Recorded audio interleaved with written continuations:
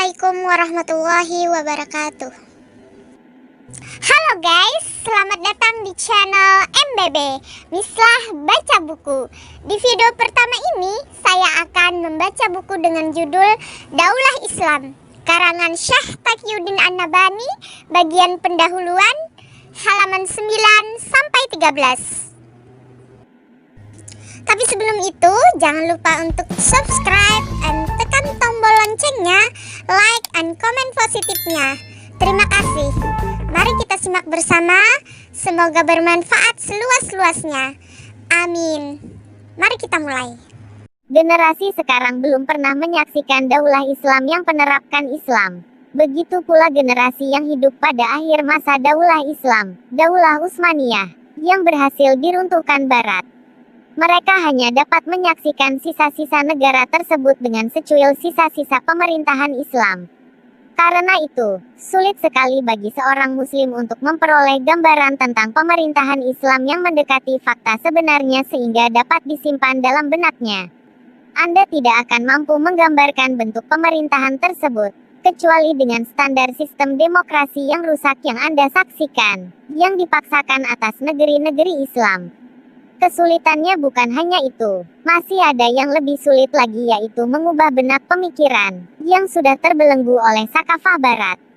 Sakafah tersebut merupakan senjata yang digunakan Barat untuk menikam daulah Islam dengan tikaman yang luar biasa hingga mematikannya. Barat lalu memberikan senjata itu kepada generasi muda negara tersebut dalam kondisi masih meneteskan darah ibu mereka yang baru saja terbunuh. Sambil berkata dengan sombong, "Sungguh aku telah membunuh ibu kalian yang lemah itu, yang memang layak dibunuh karena perawatannya yang buruk terhadap kalian. Aku janjikan kepada kalian perawatan yang akan membuat kalian bisa merasakan kehidupan bahagia dan kenikmatan yang nyata." Kemudian, mereka mengulurkan tangannya untuk bersalaman dengan si pembunuh, padahal senjata sang pembunuh itu masih berlumuran darah ibu mereka. Perlakuan pembunuh itu kepada mereka seperti serigala yang membiarkan mangsanya lari, lalu dikejar lagi agar dapat ditangkap dan dimangsa. Mangsanya itu tidak akan bangun lagi kecuali diterkam kembali hingga darahnya mengucur atau dibanting ke dalam jurang. Kemudian serigala itu memangsanya. Bagaimana mungkin orang-orang yang benaknya telah terbelenggu tersebut dapat mengetahui bahwa senjata beracun yang pernah dipakai untuk mengakhiri daulah Islam milik mereka itu adalah senjata yang sama yang dapat menghabisi, selama mereka berpegang teguh kepadanya, kehidupan dan institusi mereka. Pemikiran-pemikiran yang mereka usung seperti nasionalisme, sekularisme, dan ide-ide lain yang dipakai untuk menikam Islam, adalah sebagian racun yang sengaja dicekokkan oleh Sakafah tersebut kepada mereka. Bab serangan misionaris dari buku Daulah Islam ini, seluruhnya merupakan kenyataan dan data yang dapat berbicara, menunjukkan kepada kita perihal sang pembunuh yang sadis itu. Memahamkan kepada kita tentang berbagai sebab yang mendorongnya melakukan tindakan sadis tersebut, serta memperlihatkan kepada kita berbagai sarana yang digunakan untuk merealisir aksinya. Ternyata tidak ada sebab lain, kecuali dengan maksud untuk melenyapkan Islam, dan tidak ada sarana yang paling penting, kecuali Sakafah tersebut yang datang bersamaan dengan serangan para misionaris. Kaum muslim telah lupa tentang bahaya Sakafah ini. Memang mereka memerangi penjajah, tetapi pada saat yang sama mereka pun mengambil Sakafahnya.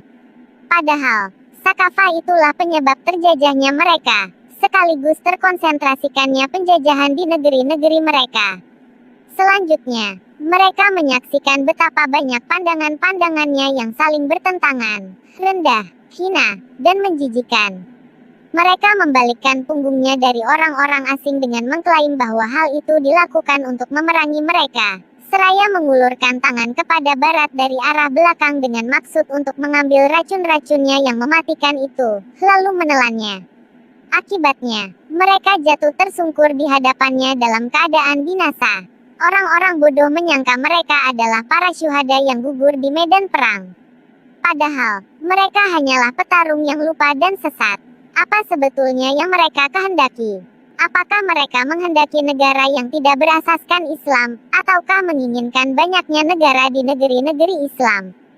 Sebetulnya Barat, sejak kekuasaan beralih kepadanya, telah memberikan banyak negara kepada mereka untuk menuntaskan makarnya dalam menjauhkan Islam dari pemerintahan, memecah belah negeri-negeri kaum muslim, serta membius mereka dengan sikap fobi terhadap kekuasaan.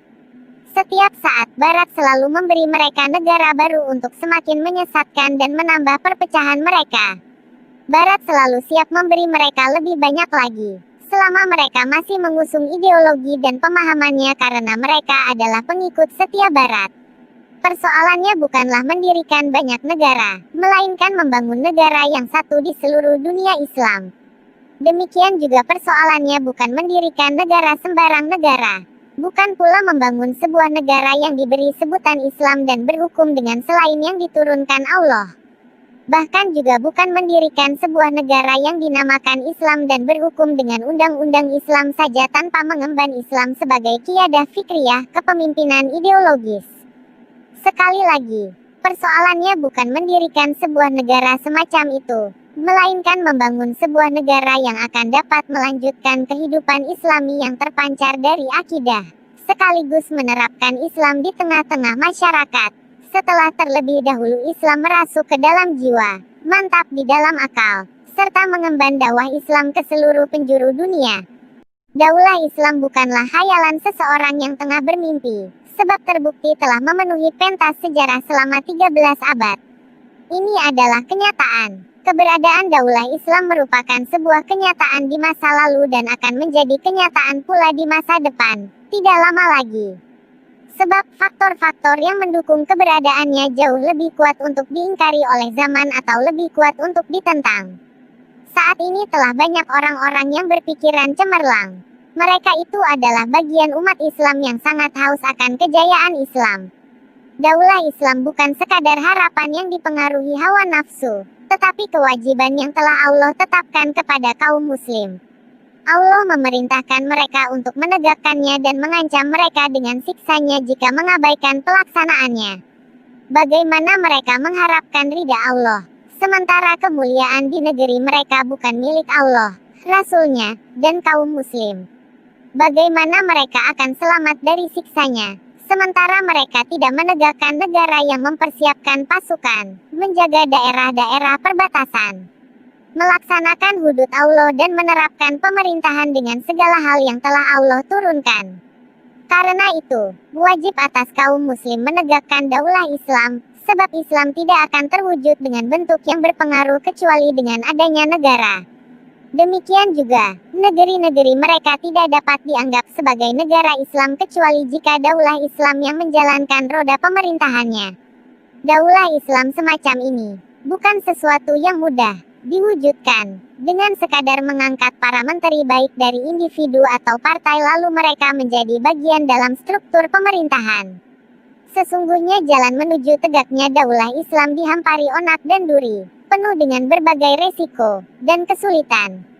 Belum lagi adanya sakafah non-Islam yang akan menyulitkan, adanya pemikiran dangkal yang akan menjadi penghalang, dan pemerintahan yang tunduk pada Barat yang membahayakan.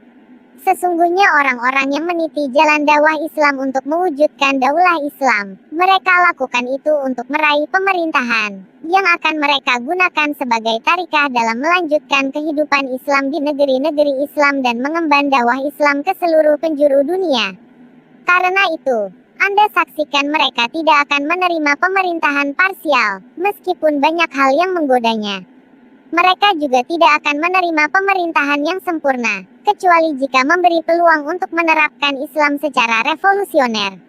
Buku Daulah Islam ini tidak dimaksudkan untuk menceritakan sejarah Daulah Islam, melainkan untuk menggambarkan kepada masyarakat bagaimana Rasulullah mendirikan Daulah Islam.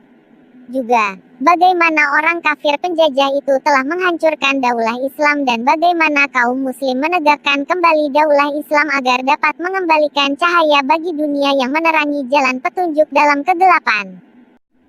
Baik, demikian bab pendahuluan pada buku Daulah Islam. Sampai jumpa kembali pada bab berikutnya. Assalamualaikum warahmatullahi wabarakatuh.